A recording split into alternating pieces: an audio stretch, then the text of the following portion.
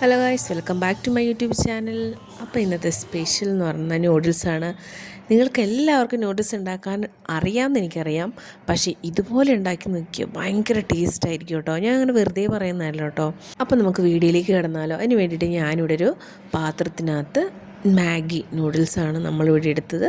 ആദ്യം തന്നെ കുറച്ച് വെള്ളമൊക്കെ ഒഴിച്ചിട്ട് ഇതൊന്ന് തിളപ്പിച്ച് ഊറ്റിയെടുക്കണം.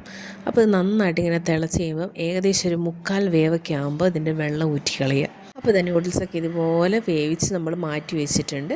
ഇനി നമുക്ക് ഇതിനകത്തേക്ക് ഒരു 5-6 മുട്ട, ഞാനിപ്പോൾ ഇവിടെ ഒരു മാഗി കേട്ടോ, ചെറിയ മാഗി പാക്കറ്റാണ്, 2 സെറ്റുള്ള മാഗി പാക്കറ്റാണ് എടുത്തത്. അതുകൊണ്ട് ഞാനിവിടെ പക്ഷേ മൊത്തം അത്യാവശ്യം ഇടുന്നുണ്ട്. ഒരു 5 മുട്ടയൊക്കെ ഞാൻ എടുത്തിട്ടുണ്ട്.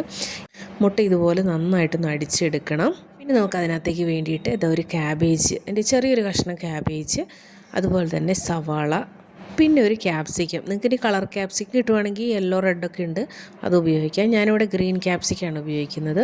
അപ്പോൾ ഇത്രയും സാധനങ്ങൾ നമ്മൾ സെറ്റ് ചെയ്ത് വെക്കുക.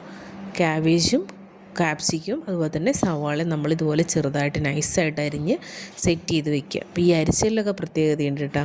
പിന്നെ ഒരു പാൻ എടുക്കുക, അതിനകത്തേക്ക് കുറച്ച് വെളിച്ചെണ്ണ ഒഴിച്ച് കൊടുത്ത് നമ്മൾ നേരത്തെ അടിച്ചു വെച്ചിരിക്കുന്ന മുട്ട ഒഴിച്ച് കൊടുക്കുക. ഇതിനകത്തേക്ക് നമ്മൾ ആവശ്യത്തിന് ഉപ്പിട്ട് കൊടുക്കണം കേട്ടോ. മുട്ടയിൽ ഇപ്പോൾ ഉപ്പിട്ടാൽ മാത്രമേ പിടിക്കുകയുള്ളൂ, അതുകൊണ്ട് ഉപ്പ് ഇപ്പം തന്നെ ഇട്ട് കൊടുക്കണം. മുട്ട നമ്മൾ ഓംപ്ലേറ്റൊക്കെ ആക്കുന്നത് പോലെ മുരിച്ചെടുക്കുക. ഇനി നമ്മൾ അതിനകത്തേക്ക് നമ്മൾ നേരത്തെ അരിഞ്ഞ് വെച്ചിരിക്കുന്ന സവാള ഇട്ട് കൊടുക്കുക. സവാള നന്നായിട്ട്, സവാളയും വേണമെങ്കിൽ ഇത്തിരി ഉപ്പും കൂടെ, സവാള ഒന്ന് പെട്ടെന്ന് മൂക്കാൻ വേണ്ടി ഉപ്പും കൂടി ഇട്ട് കൊടുക്കുക. അതൊന്ന് മൂത്ത് വരുമ്പോൾ അതിനകത്തേക്ക് നമ്മൾ ക്യാപ്സിക്കം അരിഞ്ഞത് ഇട്ട് കൊടുക്കുക. ക്യാപ്സിക്കം ഒന്ന് ജസ്റ്റ് ഒന്ന് വഴറ്റി വന്നു കഴിഞ്ഞ ശേഷം അതിനകത്തേക്ക് നമ്മൾ നേരത്തെ അരിഞ്ഞ് വെച്ചിരിക്കുന്ന ക്യാബേജ് ഇട്ട് കൊടുക്കുക. നമ്മളിത് ഉണ്ടാക്കുമ്പം തന്നെ ഒത്തിരി വെജിറ്റബിൾസ് ഇതിനകത്ത് കയറിപ്പോവും. പിന്നെ ക്യാരറ്റൊക്കെ വേണേൽ ഇട്ട് കൊടുക്കുക കേട്ടോ. ഇതിനകത്ത് ക്യാബേജ് മാത്രമേ ഇട്ട് കൊടുക്കുന്നത്. അപ്പോൾ ക്യാബേജും കൂടി ഇട്ട് കൊടുത്തിട്ട് നന്നായിട്ടൊന്ന് വഴറ്റിയെടുക്കണം. ഇനി അതിനകത്തേക്ക് നമുക്ക് കുറച്ച് സോയാ സോസ് ഒഴിച്ച് കൊടുക്കുക.